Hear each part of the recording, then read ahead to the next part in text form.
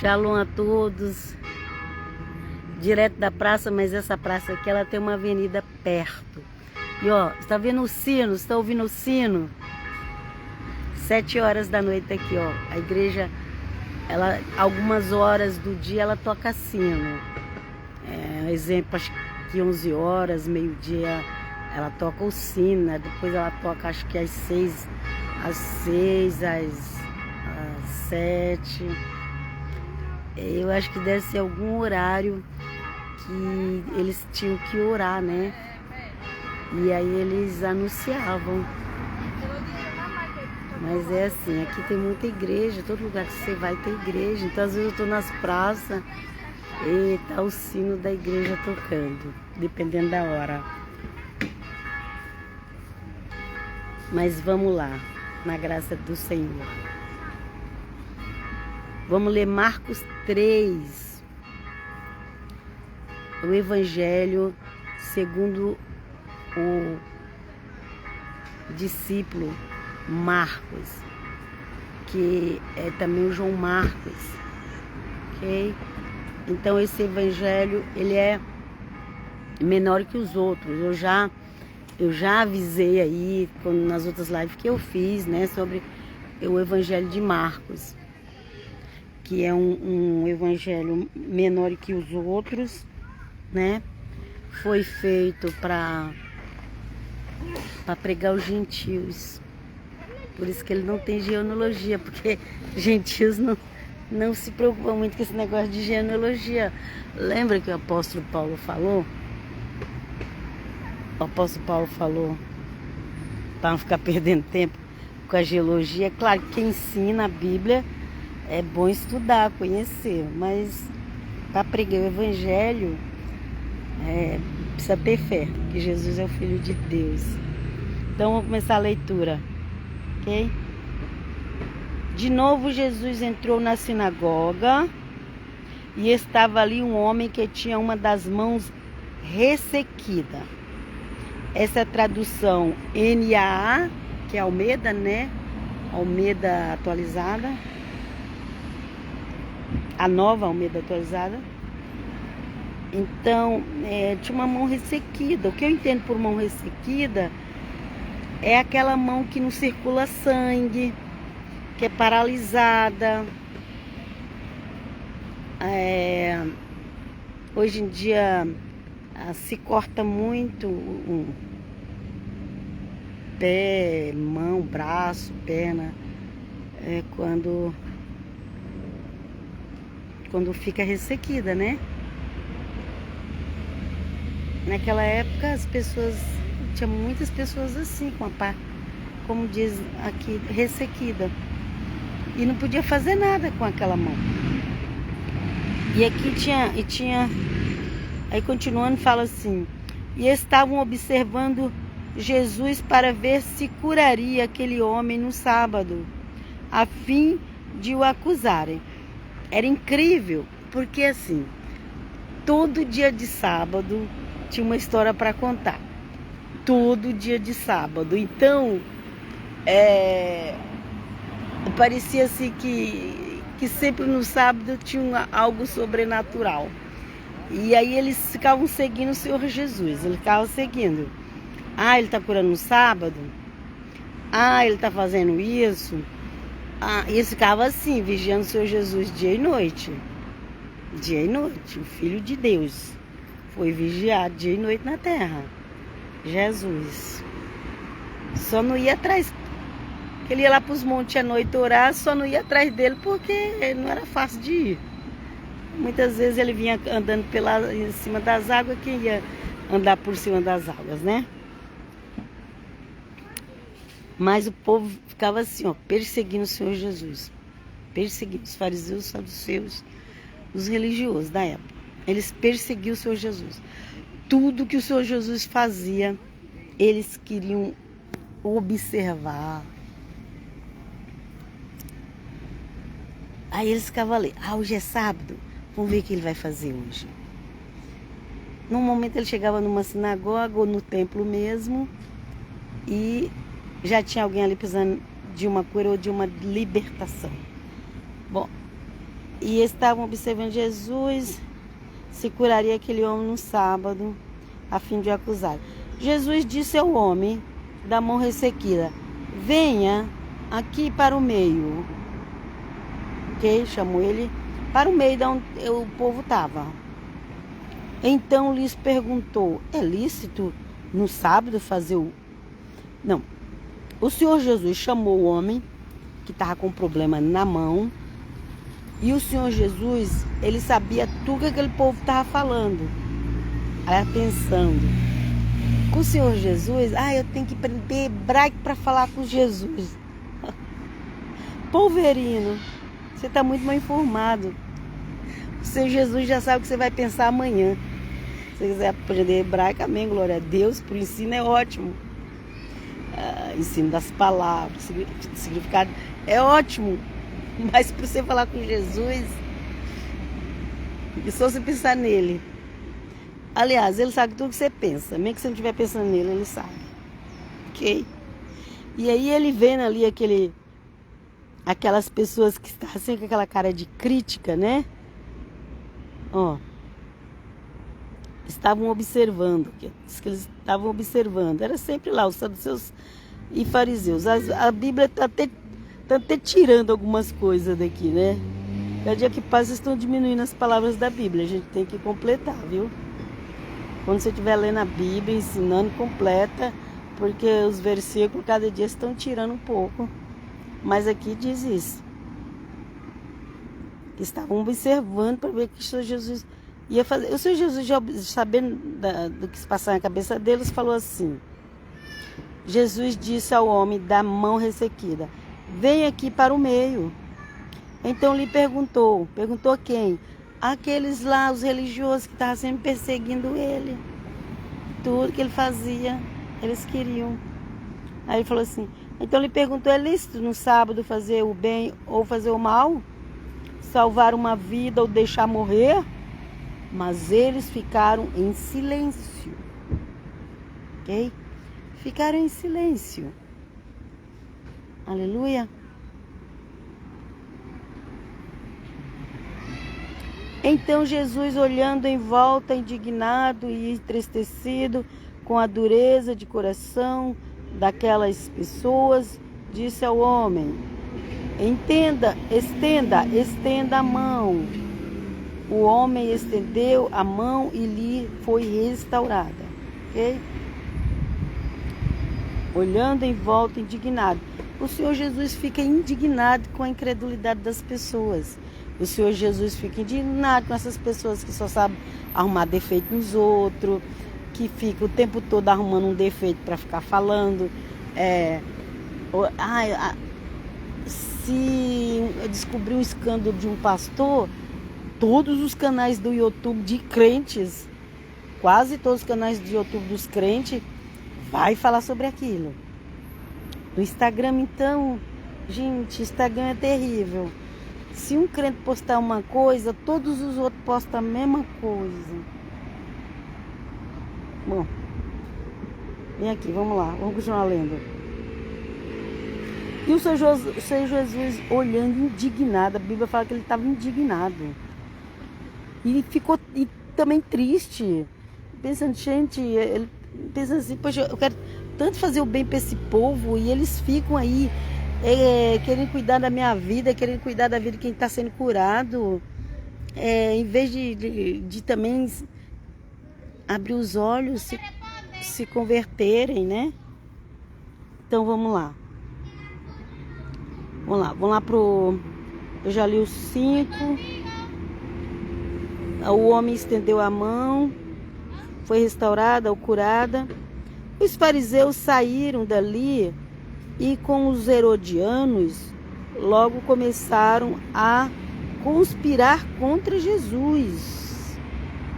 Os herodianos eram os adoradores de Herodes, sabe? Sempre nos governos tem os adoradores dos governos, sempre tem, né? De um lado ou de outro. Gente, é de um lado ou de outro, sempre tem os adoradores, os idólatras daquele governo X, daquela pessoa X, tem os adoradores. E tinha os herodianos, e os herodianos, eles eram Eles se matavam para defender aquele homem lá que mandou matar as criancinhas. Na realidade aqui já era, acho que o filho daquele, mas que também era ruim também queria fazer o mal também. Vamos continuar? Versículo 6. Os fariseus saíram dali com os herodianos, logo começaram a conspirar contra Jesus. Conspirava contra o Senhor Jesus, os herodianos, os adoradores do chamado rei da época, que não, já estava errado ali aquele homem ser rei, porque ele não era um judeu, que ele não era da descendência de Davi. Aliás, não bastasse só judeu, não, tinha que ser da descendência de Davi também para ser rei, sabia? Tinha que ser da descendência de Davi. E aí, os fariseus saíram dali e com os herodianos logo começaram a conspirar contra Jesus, procurando ver como matariam.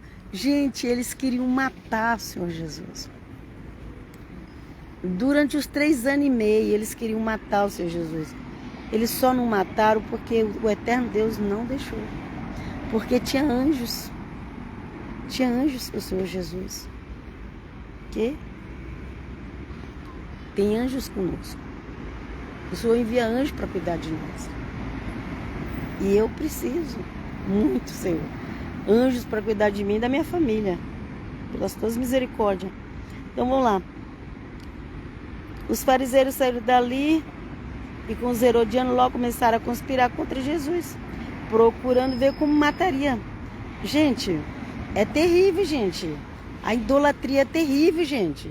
Pode ser de um lado ou de outro. Não vem achando que o povo de um lado é santo, que o do outro é capeta. Gente, se vocês puderem fazer a desgraça, eles fazem, gente. Muitos não fazem porque, como diz, tem um pouquinho de juízo. Porque se não tivesse, fazia. Não viu lá agora? Na América do Norte, o que aconteceu? Não pode confiar em nada em ninguém, não. Vamos continuar. Ok? Versículo 7. Jesus se retirou com os seus discípulos para o mar. Uma grande multidão o seguia. Eram pessoas que tinham vindo da Galileia, da Judéia, de Jerusalém, da Idumeia, do outro lado do Jordão e dos arredores de Tiro e Sidom, porque ouviram falar das coisas que Jesus fazia. Então, já era uma multidão que já estava perto do Senhor Jesus. Não era mais só ali, ele fez o sermão do monte, ali no início, ali tinha mais mesmo o povo de Jerusalém.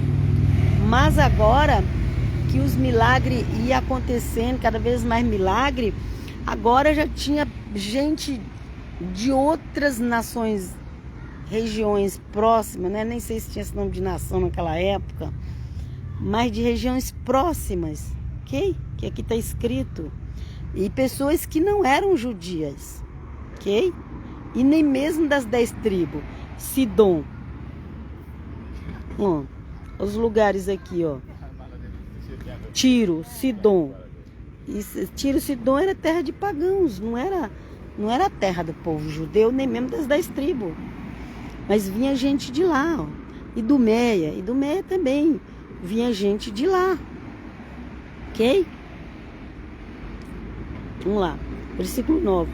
Então recomendou aos seus discípulos que sempre lhes tivesse pronto um barquinho, por causa da multidão, a fim de não o apertarem.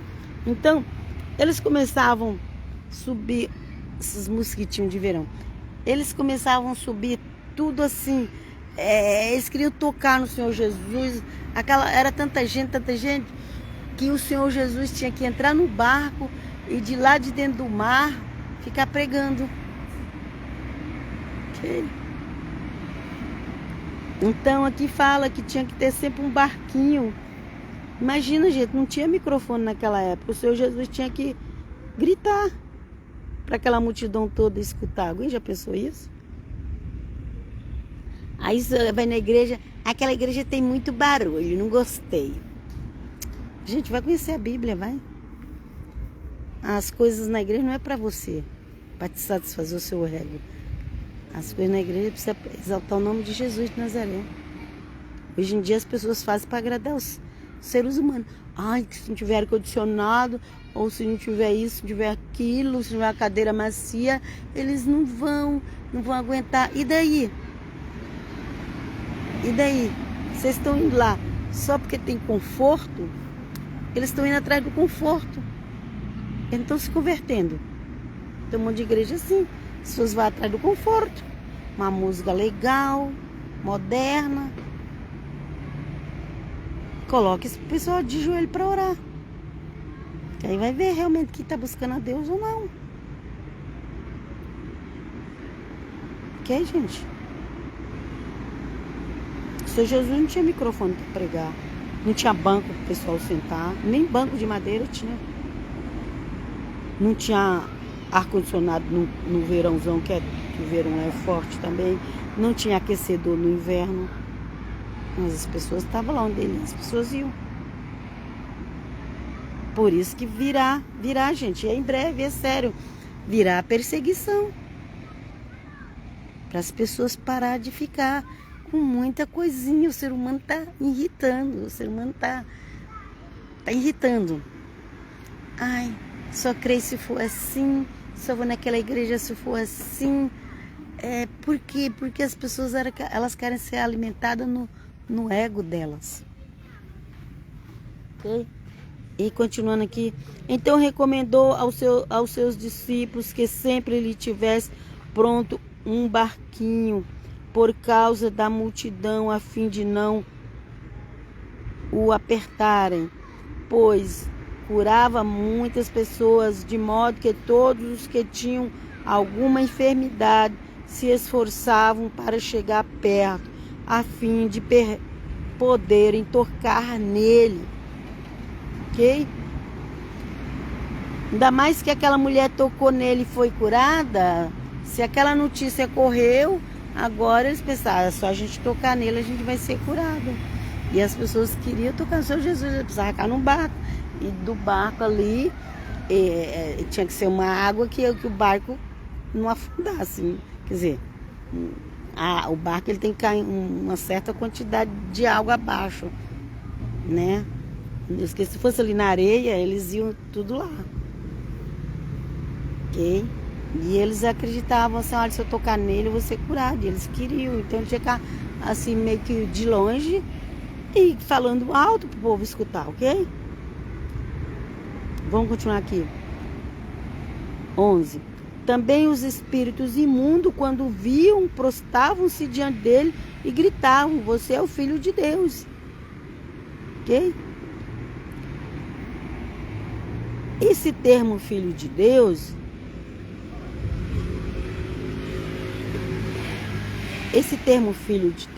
ele é muito falado na Nova Aliança. Mas quem começou a denunciar que Jesus era o Filho de Deus foram os próprios demônios. Pode ver. E o Senhor Jesus mandava eles ficar quieto. Não era para eles pregar. Não era para os demônios pregar. Tem demônio pregando por aí, gente. Mas está enganando as pessoas. Tem demônio pregando por aí. Lembra da mulher lá que ficava elogiando os apóstolos? Mas era demônio? Tome cuidado. Tome cuidado. Vê com quem você está seguindo. Se são pessoas responsáveis que têm temor a Deus. Okay? Também os espíritos imundos, quando viam, prostravam-se diante dele e gritavam, você é o Filho de Deus. Gente, isso aqui é um Filho de Deus especial, não é como os anjos. Os anjos também são chamados Filho de Deus. O povo de Israel também tem poucas passagens, mas acho que tem passagens que eles eram chamados de Filho de Deus. Ok? Na velha aliança não tem muito esse termo Filho de Deus, a não ser quando é usado para os anjos.